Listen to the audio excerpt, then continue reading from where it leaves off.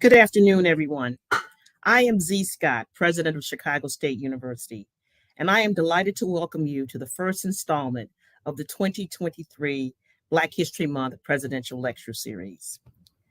I'd like to welcome and thank today's moderator of our program, Chicago State University trustee and alumna, Dr. Cheryl Watkins.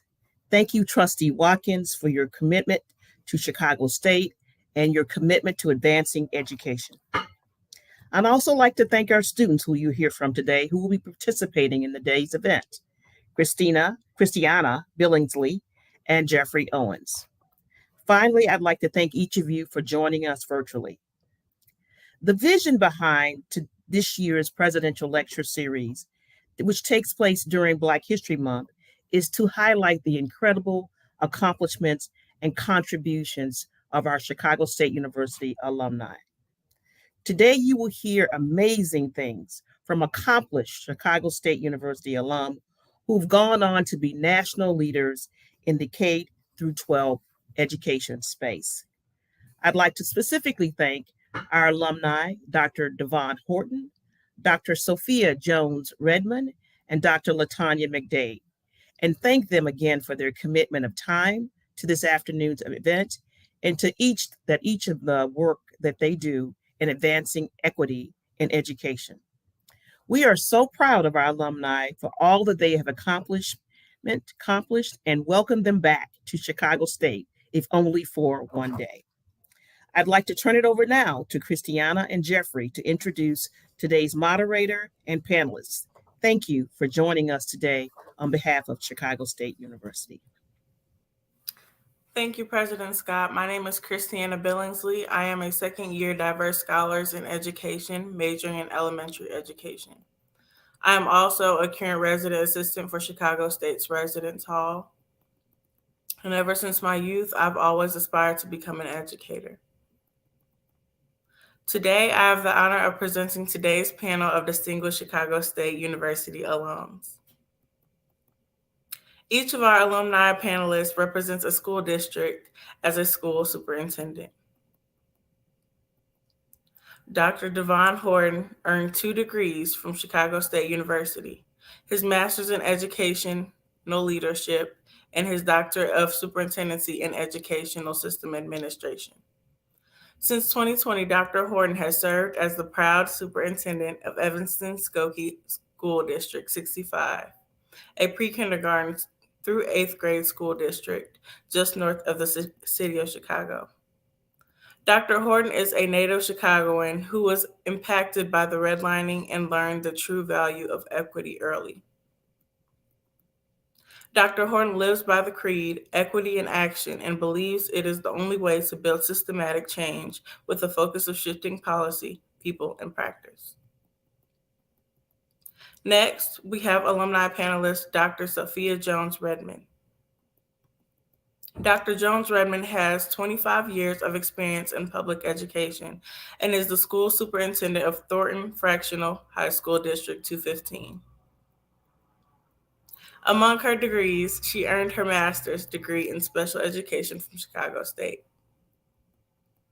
Dr. Jones Redmond's career prior to joining District 215 includes extensive experience in special education and administration. Her career led her to work in the Harvey School District 152 and Chicago Public Schools District 299, in the Madison District, as well as the Illinois Department of Juvenile Justice District 428. Educational growth is important to Dr. Jones Redmond, which is why in the 428 district, she implemented post-secondary and dual crediting college-level programming and forged partnerships with several colleges. I will now turn the program over to Jeffrey Owens. Thank you, Christiana. All right. My name is Jeffrey Owens, a second-year Call Me Mr. scholarship recipient majoring in elementary education. My mom, grandmother, and multiple family members are all educators, and they paved the way for me to become an educator. By being a part of Call Me Mr., I've experienced volunteering at elementary schools and daycares, and looking forward to my graduation day. Today, I also have the pleasure of introducing the remaining panel of esteemed school superintendents and the moderator. Dr. Latanya D. McDade was appointed July 1st, 2021 as the superintendent for Prince William County Public Schools, which is the second largest division in Virginia and serves more than 90,000 students. She is the first woman and first African American to serve as superintendent of the school division. Dr. McDade joined the Prince William County learning community with 23 years of experience in Chicago Public Schools, the third largest district in the nation.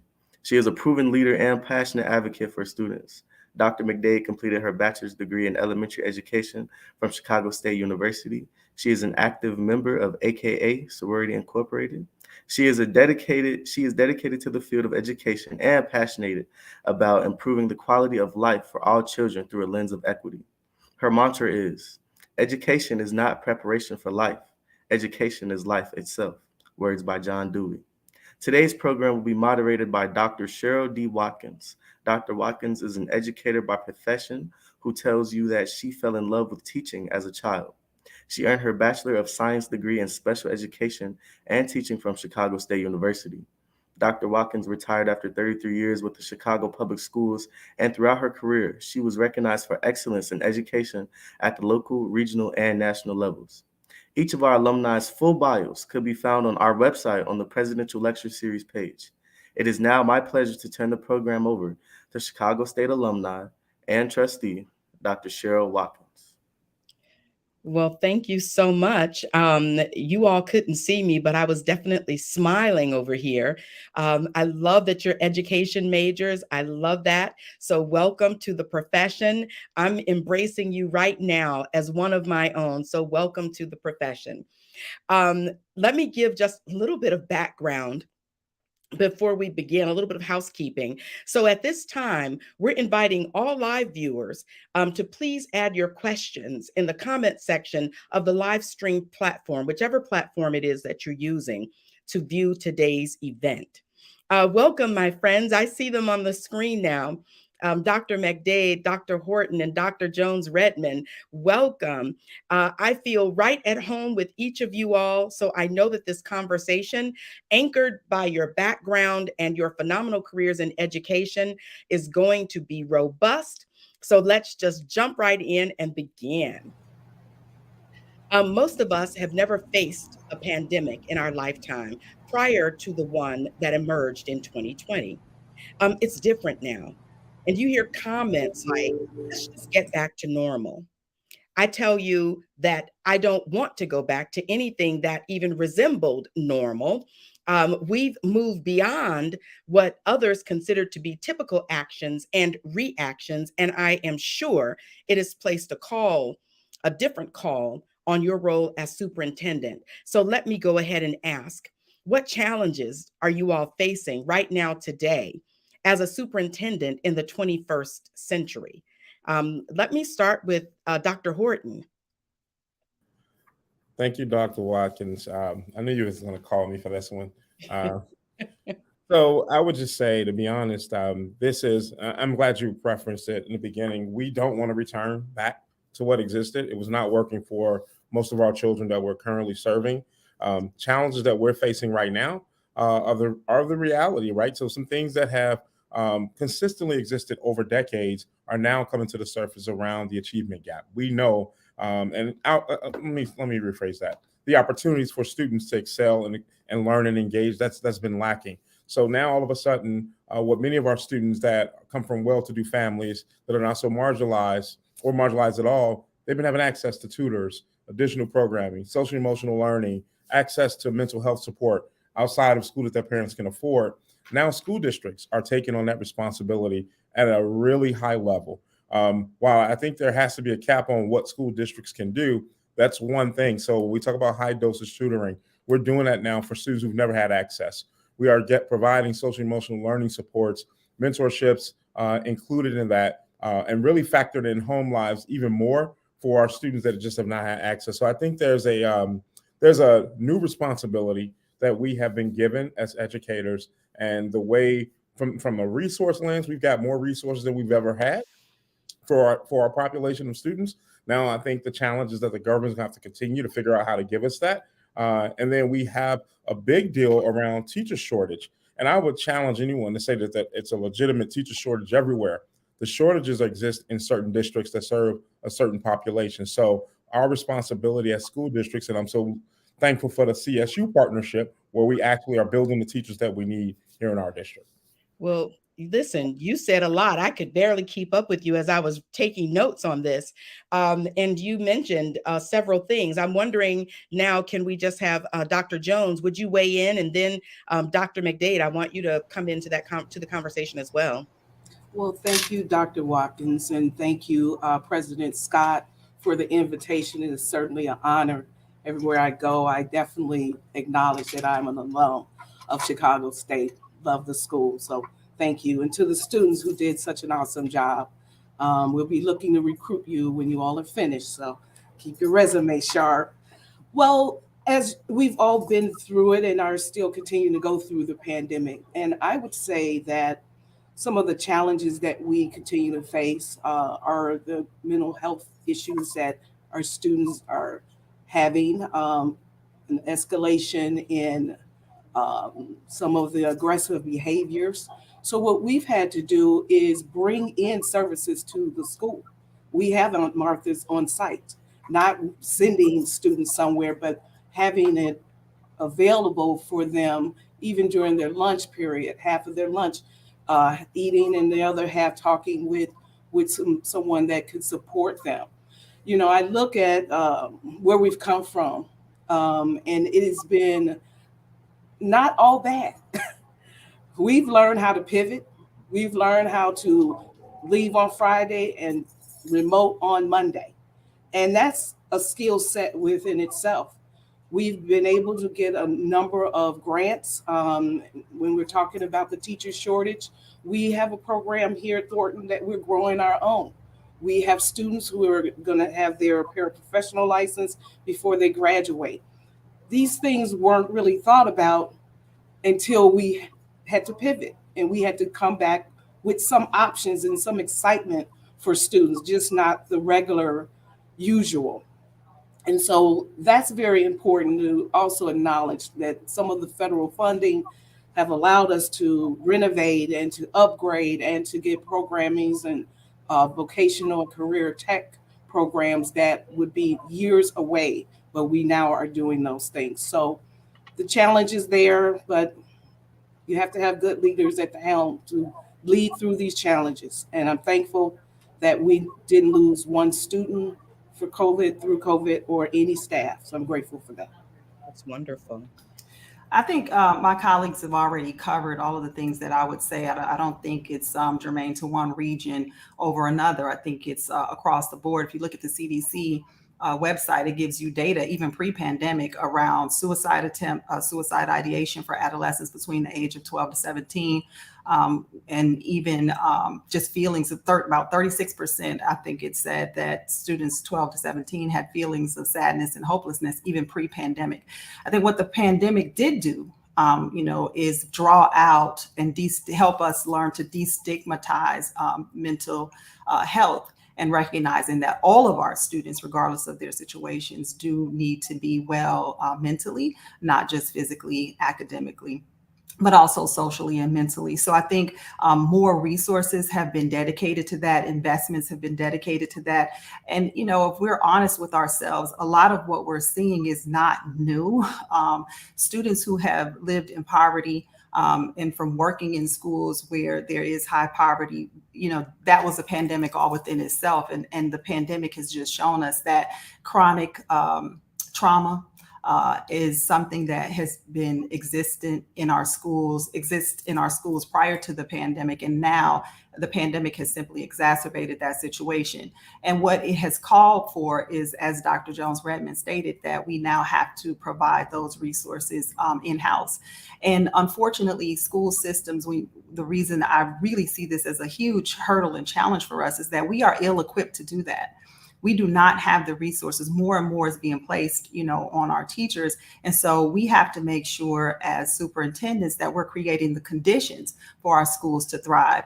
that we are prioritizing investments that are being made in our schools to fund those areas that support not only the individual student, but how we bring resources to the whole family and to the community. So building those partnerships, with professional health organizations and licensed professionals that can aid and support both at the school level, but also with the whole family and the community. And that's been a lot of what we've been doing here in Prince William County, is how do we bring more wraparound supports and services to families above and beyond what can be offered within the school, but then also prioritizing how we invest and ensure resource equity so that the schools that need more social workers or need more counselors, need more licensed professionals, are actually getting that at a ratio where real support can be felt, and we can remove some of the burden that is being the classroom teachers being faced with. And then also equipping our educators with knowledge and learning around trauma-informed care, and being able to, at minimum, identify signs so that we don't, assume behaviors are actual behaviors and not a manifestation of trauma, and that we can differentiate between that. So those are some of the things that we're doing right now. But I think the top three things, if we were to sum up, achievement aside, we know that there's unfinished learning as a result of the pandemic. We know that we're all trying to crack that achievement gap that's age old. Those things we know exist within the system. But I think right now, above and beyond that, I would say depression, suicidal ideation, and even drug use. Those three things right now, I think, are at an all-time high, and all of the data shows us that.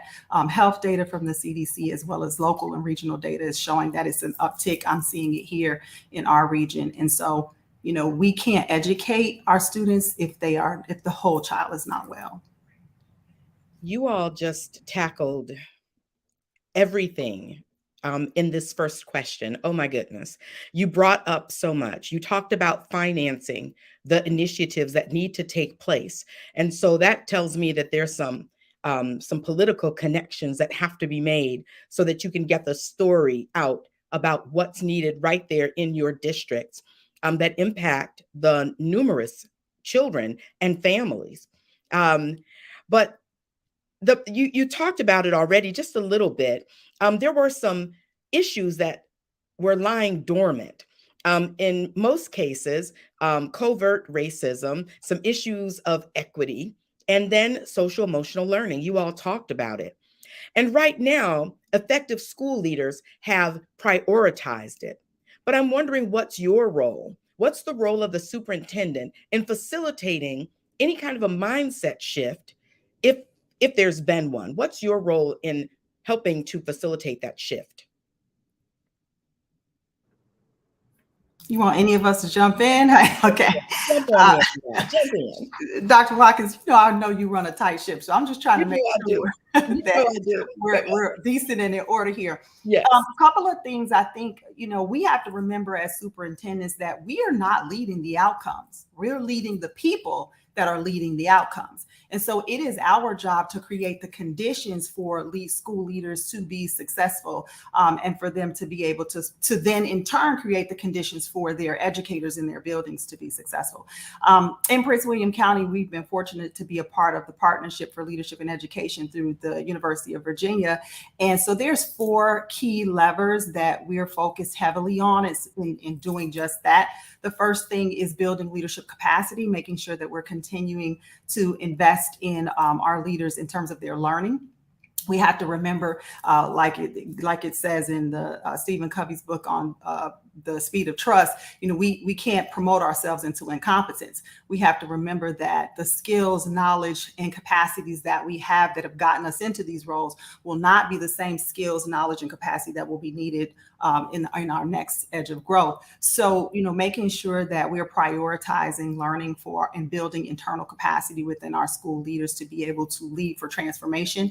The other thing I think is making sure that we have both support and accountability. So we have short and long-term goals, like Dr. Horton talked about, in terms of continuing to chip away at that achievement gap. And we know there's just so much, such a variety of ways and approaches to try to do that. But we also have to make sure that we establish shared commitments, goals, and responsibilities for that. But at the same time, as we're practicing accountability, have the layered support in place for leaders and educators to be able to meet those goals. The other thing, and this came up earlier, and I'm just going to shamelessly say to all of the education majors, you don't have to stay in Chicago.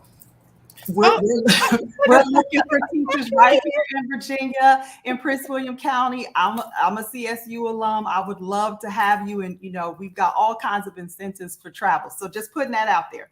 Going on to that third point would be talent management, that we can't leave it up to our building leaders to retain top talent. The superintendent is responsible for making sure that we have a district strategy for how we recruit and retain high quality teachers in the profession. And Dr. Horton talked about the national teacher shortage, which is real, which is why it is important for superintendents to have partnerships with universities like Chicago State or the local university in the region, multiple universities, to make sure that we are sourcing high quality talent and we have a pipeline strategy within the organization. And then the final lever, I would say the fourth one, really is instructional infrastructure. So making sure that schools have the instructional tools that is necessary for teachers to teach and have the knowledge and skill to do the work and engage students in meaningful ways.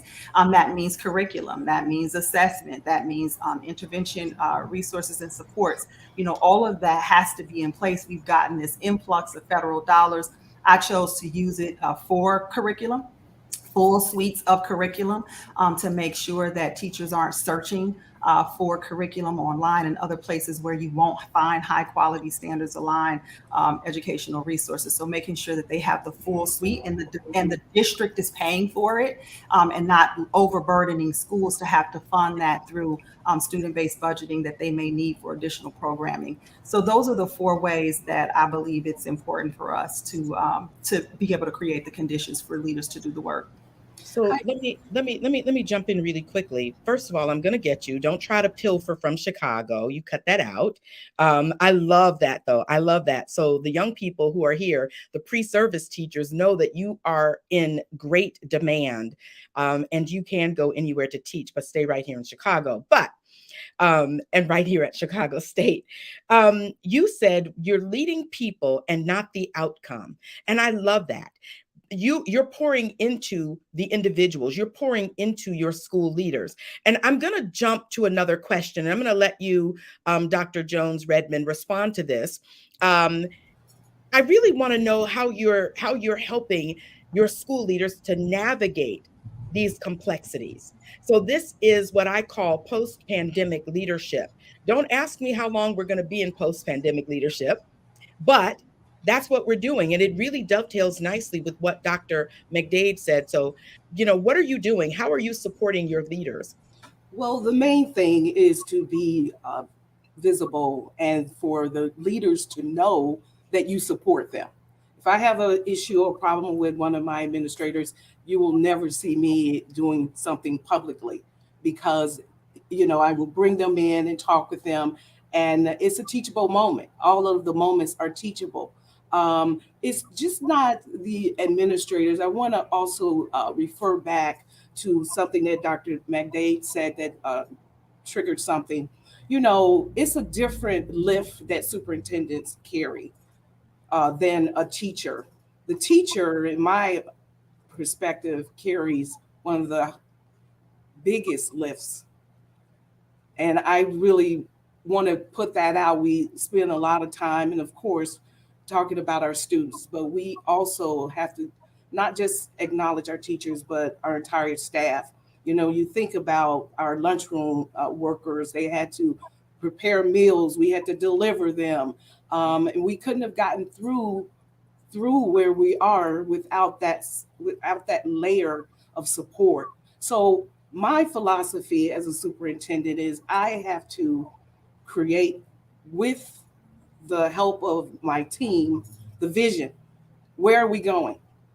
Let's talk about where we're going and how we're going to get there.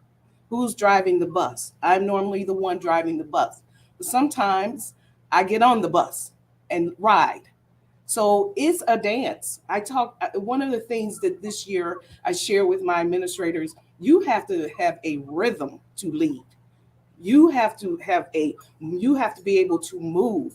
I was listening to a podcast yesterday, Dr. Daniel Black, Clark, Atlanta University author, and that's another book that I'm going to be reading, Dr. Watkins Coming, talked about having a rhythm in your language, not just your body language, but in your cadence, in your conjuring. So I meet with my principals once a month, just them, because the role of a principal is really different from the district office. I've been a principal. That makes a difference. You have people who have never been in roles who are directing these roles, and it's a high barometer. But supporting, as I go through the buildings, my first question is, how can I support you? How can I support you in the work that you're doing? Because again, the load is really heavy, especially for our teachers. So the vision, holding that, and making sure we're all going in the same direction. As I mentioned before, when we talked to prepare for this series, I don't really want people coming from behind me. I need my leaders, I need my staff alongside me. That's how I lead. Don't be in the back. I can't see you. Let's be on the side. Let's go through this door and these windows together. Perfect. Oh, I love that. Go through the doors and the windows together. I love that. Yeah, I need to hear your voice on this one, Dr. Horton. Go ahead. Tell us what you're doing. How are you supporting school leaders? I know one thing you did that was masterful, and I don't know if you're going to talk about it, but if you don't, I certainly will come behind you and mention it. But what are you doing? Yeah, I think there's tying into what both of my sisters just said. First, kudos to these young ladies. I don't think people understand the challenges of Black women getting to the superintendent seat and being able to do the work. Like, that is huge. So kudos to both Dr. Jones-Redmond and Dr. McDade. That's a big deal when you look at across the country, and you don't see many leaders looking like these two young women. But for us here in our district, what was really critical is that, as Dr. McDade spoke about, we operate from a sense of framework. And this framework that we leverage is something that was built. It's an acronym for miracles, but I'm going to lean into the first acronym, which is motion towards equity. Before we can do any of this work, we must really understand what challenges our students and our staff are facing.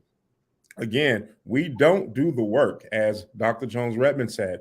Leaders our frontline leaders for principals have to be developed. So we have these tenets that we operate by under our equity initiative and priorities. And the first one is equity consciousness. So we have coursework, right? As Dr. Watkins, you had an opportunity to really help us, and people are actually loving what you brought. And we're going to bring you back, hopefully. The goal, hopefully we can get you back here, where we took our entire district from the bus drivers all the way to my number two, my deputy superintendent. And we had this day at Equity Symposium where we brought in not just the experts in D65, but experts from throughout the country to actually offer professional development to our staff. So in some of these PDs around equity, under the equity consciousness lens, we had custodians sitting in the same room with teachers, right? Learning about these priorities. That's one of the arms under the equity consciousness. The second was the identity development. If you don't know who you are, or you don't know the identity of the individuals that you're serving and supporting, how can you truly lead? How can you truly educate? How can you inspire when you don't understand that? So that second arm is identity development. The third one is courageous conversations. When we hit these walls and we have these experiences of inequities or racism, do we have the toolkit so that we can really uplift this moment and put this whole experience back on track? And it's a lot harder. So we had trainings on the courageous conversation. And the last one, which I think our educators, our teachers on the front line really value, and you hear this a lot, it's thrown out actually too much for me, is this culture responsive teaching. What does that mean? What does that look like? So we offered this for a full day. Our staff was exposed to some of the best in the country around this work. And then we carry it beyond. And so now we're having these micro equity symposiums that's happening after school where people can sign up for. So when we talk about building capacity, I didn't say much about the students yet because you have to take care of those leaders, those teachers that's really on the front line doing this work. We also have locked in pretty heavy in partnerships. Some of the work that we're doing with, of course, Chicago State University. I know no one asked me, and this is not a selling point, this is full transparency. We have struggled in the field of education. When we talk about getting what do we do to really lead? We are preparing teachers for us, by us. With a university partner that gets it and understands that our educators that we're producing in the K-12 space, and in my district being K-8, they have to be trained and better prepared to lead the students here in Evanston, the students in Prince Williams County, the students in TF 215. We can no longer continue to just look at a university. Northwestern sits here in our backyard. We can't just look at Northwestern University and say, hey, we want to pull these individuals in from Northwestern when they're not ready to teach and lead our students. And so that is something that we've really committed to. And I think when I was thinking of that framework, that's the other tenets are improved instructional core, right? When we talk about teaching and learning, what are those strategies? Do you have, are you equipping like those two, that young man and that young lady who presented, when they step into the scene, into your district, have you equipped them with strategies that can help them get out the gate when they start their teaching career? Or are we expecting them to have it? We know that's almost impossible, right? Rigorous course of study, right? How are we? We're one of the districts here in the state that was allowed to, we built a all-inclusive history. So we're speaking truth into our history, right? Not CRT, no, none of the critical race theory, but we're teaching what truly happened in this country. We wrote our entire curriculum in alignment with ISB, which is powerful for us. Attracting and retaining staff. I don't have to say much about that because Dr. McDade spoke about this. How do we build the pipeline? The other piece to that is when you say, how do you retain them? You can retain them, but you have to make sure that you're building their capacity and giving them opportunities to do those things like the equity symposium that we offered and making sure that they continue to be cultivated. The last two is commitment to accountability. How are we being accountable for the work? Learning environments that support student success, as Dr. Jones-Redmond spoke about, making these classrooms welcome and warm for our students. No longer can we say we want this mentorship to happen after school. We brought our mentors, we've hired them. They work in the school during the day. These students look up to them. We call them face liaisons. And a school that was responsible for almost half of our suspensions last year to date don't have one suspension because we brought students in that look like we brought adults in that connect and can relate to them. And you probably already know the students that were being suspended look like us on this call. We have none, right? So I think none this year. So that this school year, so that's powerful. And then expected targets driven by results. You must make the data public. You must also be sure that when you make the data public, that you're separated by race, demographics. How are your special education students doing? How are your EL students doing? How are your Black students doing in comparison? And when you lift that rug, be prepared for the pushback that's going to come from that. And the last one is sustainable funding. How do you fund these things? How are you going to be responsible? If enrollment is declining, do you keep your staffing the same? You absolutely can't do that. So you have to be brave and courageous to be able to make these decisions. So I think that's the best way for me to frame how we address, all of the work that's required as a superintendent here in this work that we do. Dr. Watkins, can I just add to that? We have an equity plan, but at the same time that we had an equity plan, one of our mascots was Richie the Rebel from the Confederacy. So we're doing this work over here, and then this glaring racist symbol is staring at us, and no one really is doing anything about that. We dissolved Richie the Rebel, got him off of the walls, got him off the basketball court, got him off of T-shirts, got them off of our uniforms. So you can be doing all of these wonderful things. Have a equity plan. You're going through an equity lens. Everything you're doing, you're saying, I'm looking at applications blindly. I'm not hiring my friends. And then you have this symbol of the Confederacy at the same time. So my point in saying all of this is that you can have all of that going on, and also having things that's just so obvious that needs to change. And so we painted over Richie the Rebel. He's gone. We now are the Red Wolves. And it was a whole process of students getting involved. It was a lot of pushback because it was, if you went to Thornton Fractional 215 in 1954, you were a rebel. Well, not anymore. So instead of having these elaborate plans, which are needed and necessary, things that are obvious, they need to change, and they needed to change swiftly, not form a committee.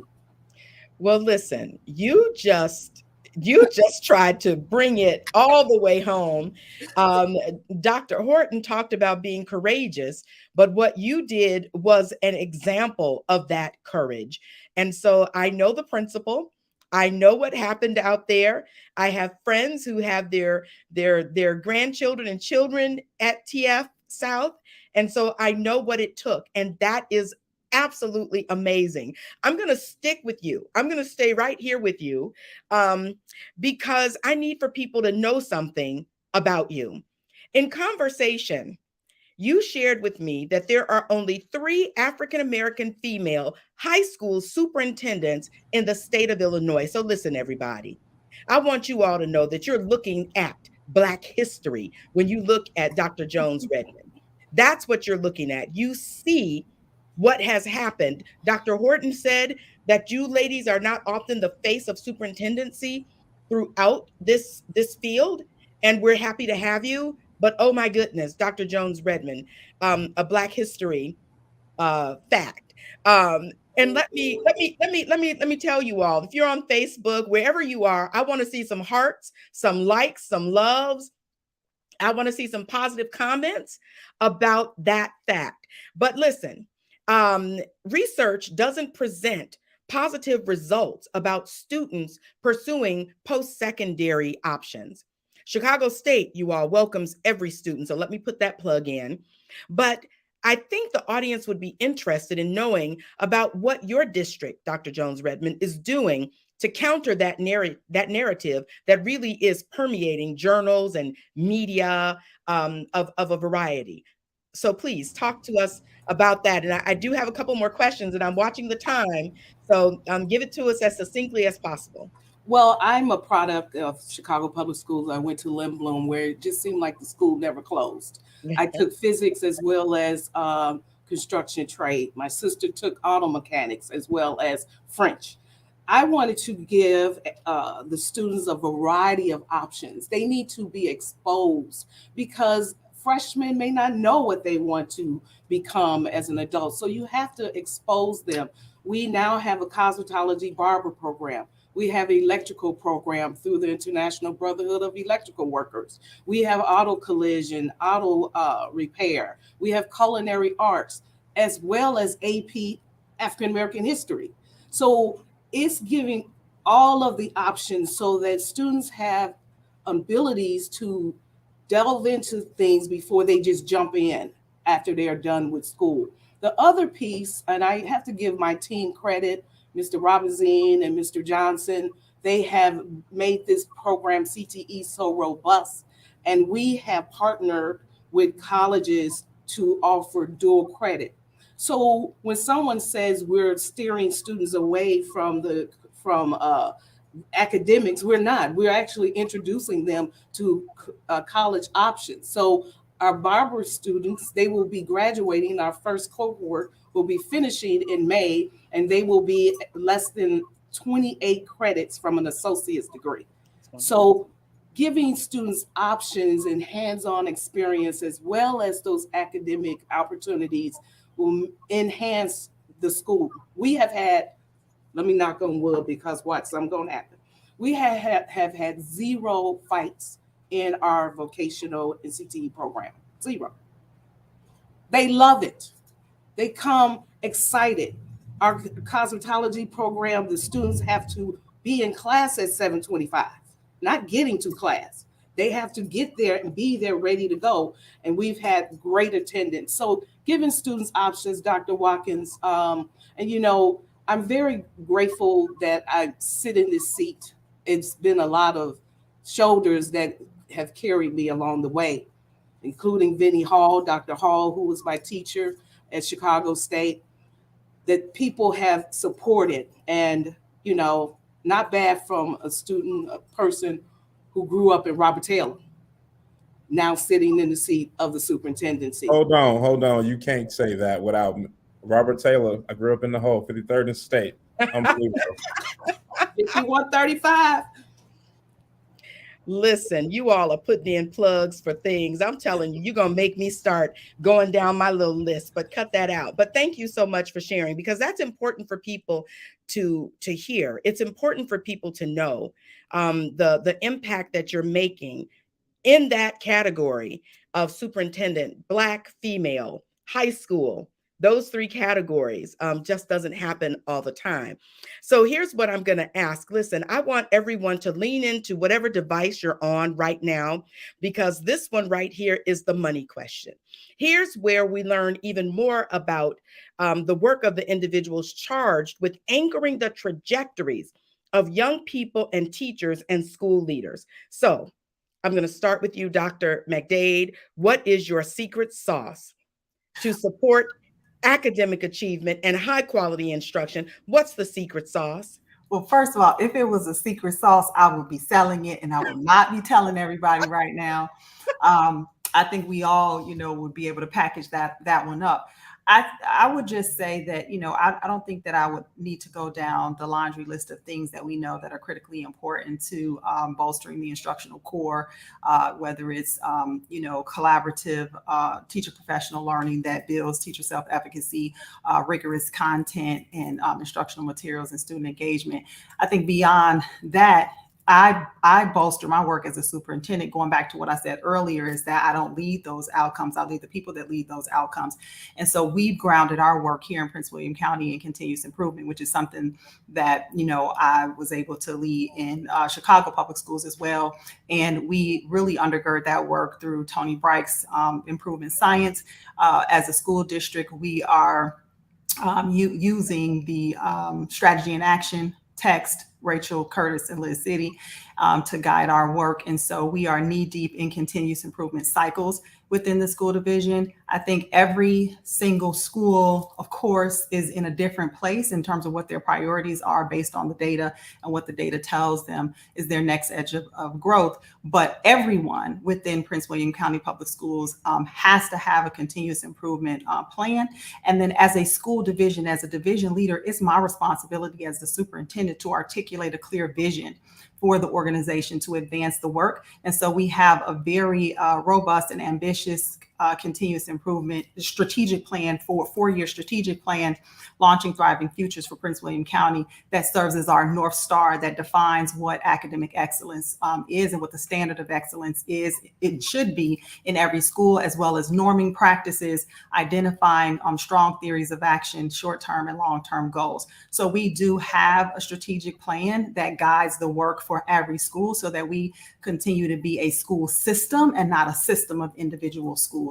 And as a superintendent, that is our job, to articulate that vision, to ensure that it's shared and make sure that continuous improvement is happening throughout the organization. That absolutely perfect. Thank you for that. I want everyone, though, because I told people to lean into their devices. So come on, Dr. Horton and Dr. Jones-Redmond, what's that secret sauce? And let me say this before you all give us your comments. I am going through the comments, and I'm telling you, after this is over, you will see just how many people are pouring into what you're saying. They're supporting it. They're applauding. They're yelling out swoop. Oh my goodness. I've seen that a couple of times, but let's go ahead. Come on, give me that secret sauce. So I can go. I know Dr. Jones-Redmond gonna knock this out the park, so we're gonna let her go last while we're on base. I'm just gonna say I'm a firm believer in students do not fail. It's the systems that we create to fail students. And so one of my primary responsibility as the leader is to remove those barriers. I want to take this moment. It's not always about the A's and B's and the 1, 2, 3s, when it really talks about opportunity and showing families and students in the community that you believe in them. Something that was really critical that was done here over 56 years ago. There was a school where all of the Black families lived, a community that they lived in called the Fifth Ward. And 10 years after Brown versus Board of Education, the superintendent decided to turn that school into a magnet school. 10 years later, it was closed. And all of the students who live in the Fifth Ward was bust. When we talk about students do not fail, it's the systems that we create. So now we all know that the schools are the heartbeats of any community. It represents, it carries so much, especially when you're talking about the K-8 environment. So there were 4 different attempts over those 50 plus years to try to get a school reestablished in a community where 99% of the students that were living there at the time were African American. I came in, got hired, and one of the things the board told me was, hey, you have the job. We want you to build the school in Fifth Ward, even though there's been four attempts and they've all failed, and we don't have money. Make that happen, Captain. And so one of my responsibilities was to, number one, figure out a design where we can get the community involved, because there's some wealthy parts of Evanston. In full transparency, they were not open to putting a school here, whether it was about finance or they just felt like no need, because they knew if we were to build this new school, then all of a sudden the schools that they kids had walkability to may be closed and shuttered. And so in year one, we had a 40-member committee going back to these systems that fail students. We put a proposal on the table. Our requirements from policy requires us to review our attendance boundaries every year. We had not done it in 30 years. So we did it in this one time, this design. We saw that we had some attendance boundaries that we need to shift. But what's most important is that we found a process where we found a way to get the school approved by the board after 4 times over the 50-some years being denied, and found a way to fund it, not accepting no for an answer. And we use something called a lease certificate. And it shows for this community and for the students that if you commit, if you have the right structure, if you believe, we are modeling the expectation for our students more than anything, more than the A's and B's and the 1, 2, 3s, that you show that you invest and you believe in them.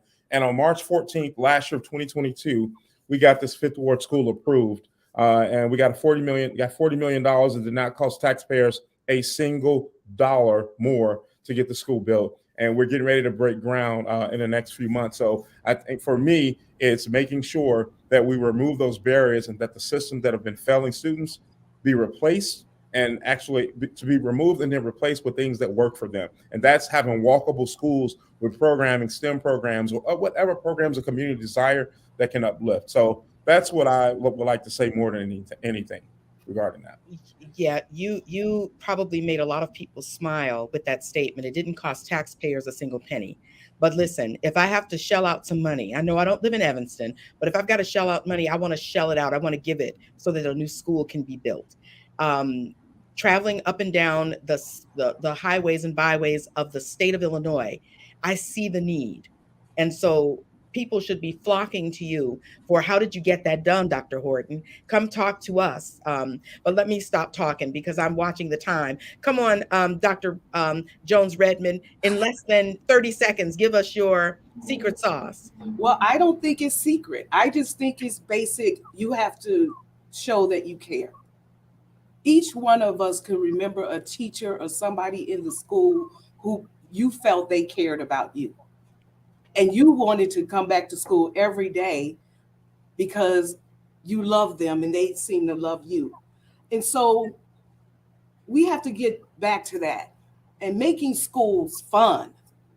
Schools have to be fun. We have the business aspect of the school, but if it's not fun for the staff, for the students, everybody's watching the clock. I saw a sign saying this clock will never be stolen because everybody watching. So making just some basic caring things. The students, they just placed 3rd place in speech on the state level this past Saturday. Wow. Now, we have a relationship and a partnership with the Goodman. They went to a play last week before they went to state. I had them, we're renovating the auditorium. I had all of those speech students come and look at the renovation. They were pumped and they took 3rd for the first time. And we had 2 of those students place 1st place on the state level. So you got to show the students, show the staff, the vision. Once they're seeing that, they're lining up. I love it. I love it. I love it. Listen, I want to leave some time for questions from the audience. And so I'm doing that. And I know for everyone who is listening, I can, and watching this, I know that there are people on Facebook. I know that there are people watching on YouTube. Thanks, Corey. I did see your comment, hoping that you can share this. Yes, it will be on Facebook Live. You will have access to it.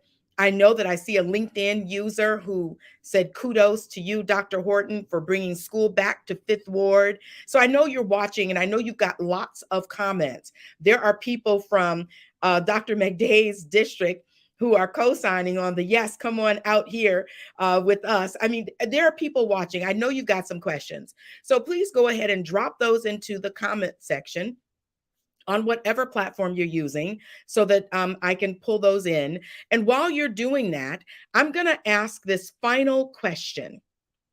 I know that anyone who knows me, and you all know that I definitely know Dr. McDade well. We've been colleagues, friends for a long time. You know that I could not let this moment pass without asking this awesome group what you're reading. What are you reading to impact your own professional growth and development?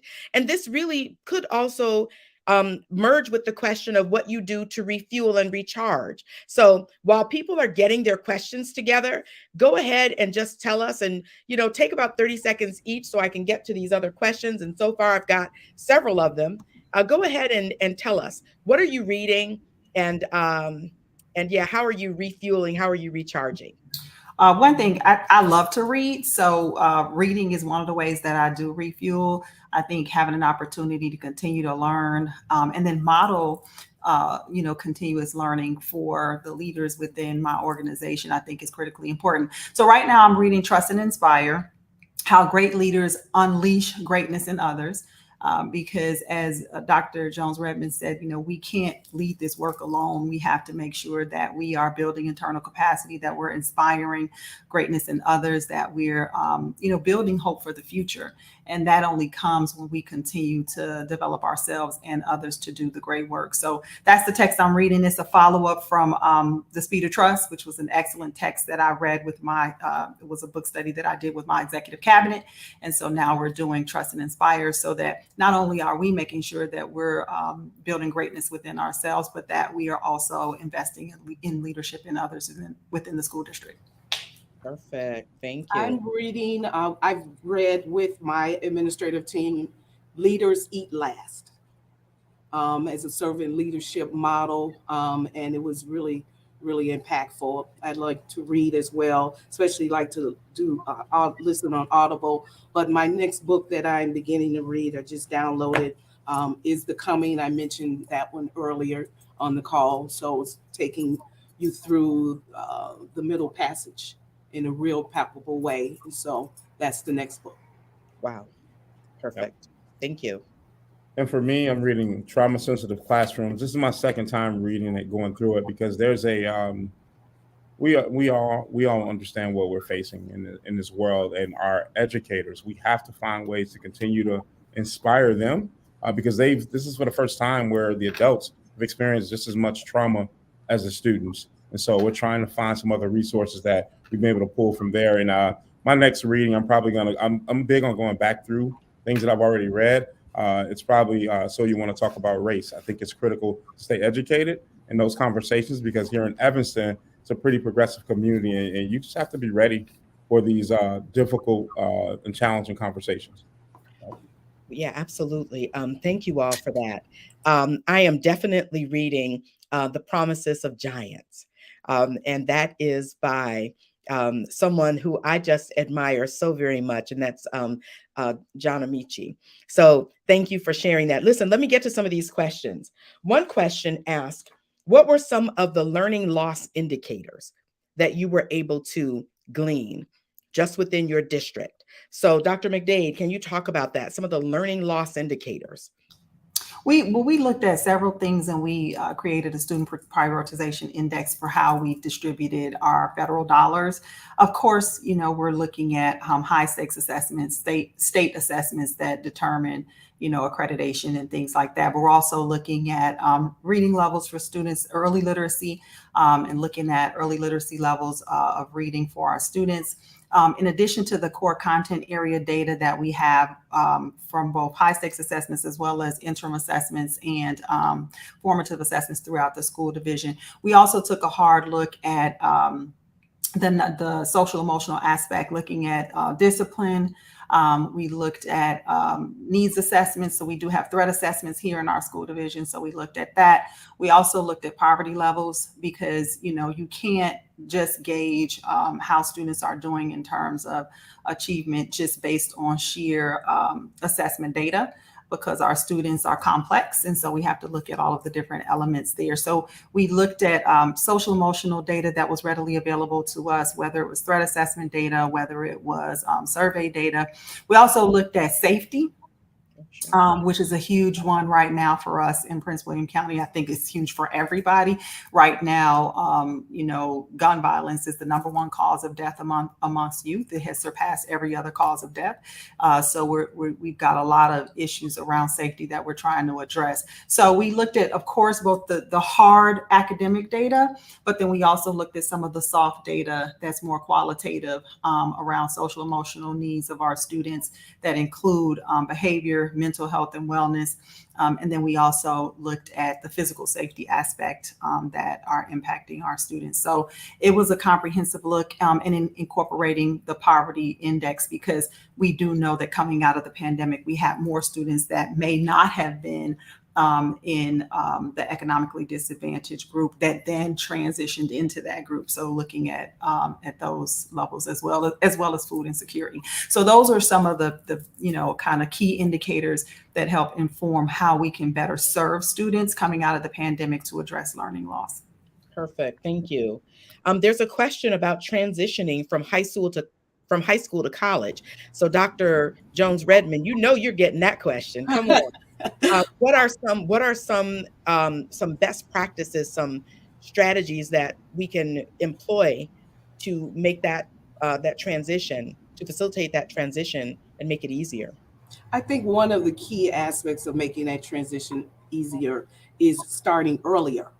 So all of our freshmen who take health, which is a required class, are duly enrolled. So we have freshmen earning college credit, so that when it's time to decide if you want to go to college, you already have college credit.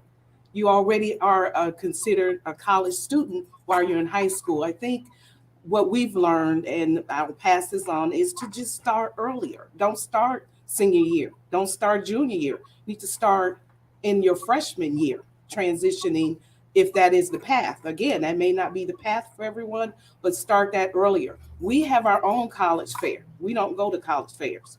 We bring in the college and universities, and our juniors and sophomores, and even this year, our sophomores came to the college fairs on the campus, one at North and one at South. So again, just giving those opportunities early, I think, is really, really key. And then Dr. Watkins, if I could just add really quickly onto that, because this was work that, you were with us in doing in Chicago Public Schools.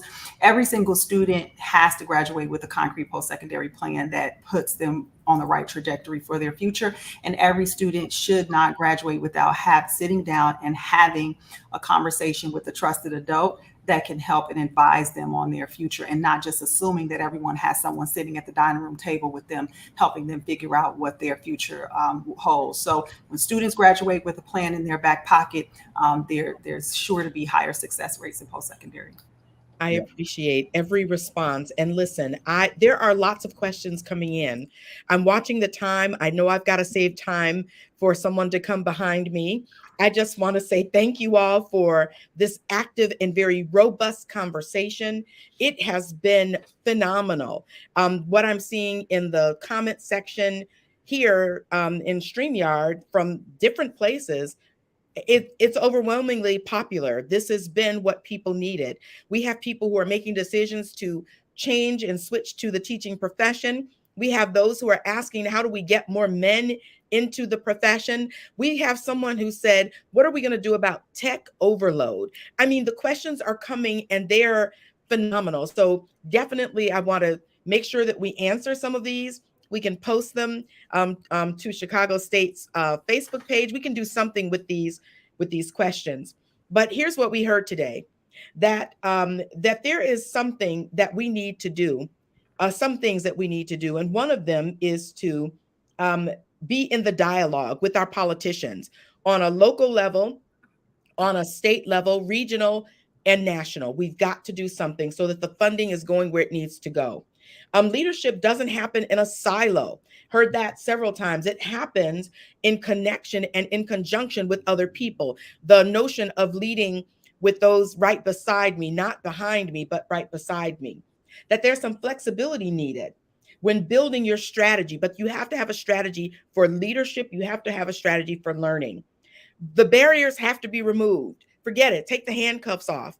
The barriers have to be removed if we're going to move the needle, and we are going to move that needle to advance our vision. And it happens with professional development, ongoing professional development. Thank you so much to each and every last one of our panelists, Dr. Jones-Redmond, Dr. Horton, Dr. McDade. It has been a pleasure to be with you. I'm so full. I've got pages and pages of notes. I just want to tell you, just trying to keep up with everything, all of this wonderful brilliance, this secret sauce. Thank you to each person who was here today.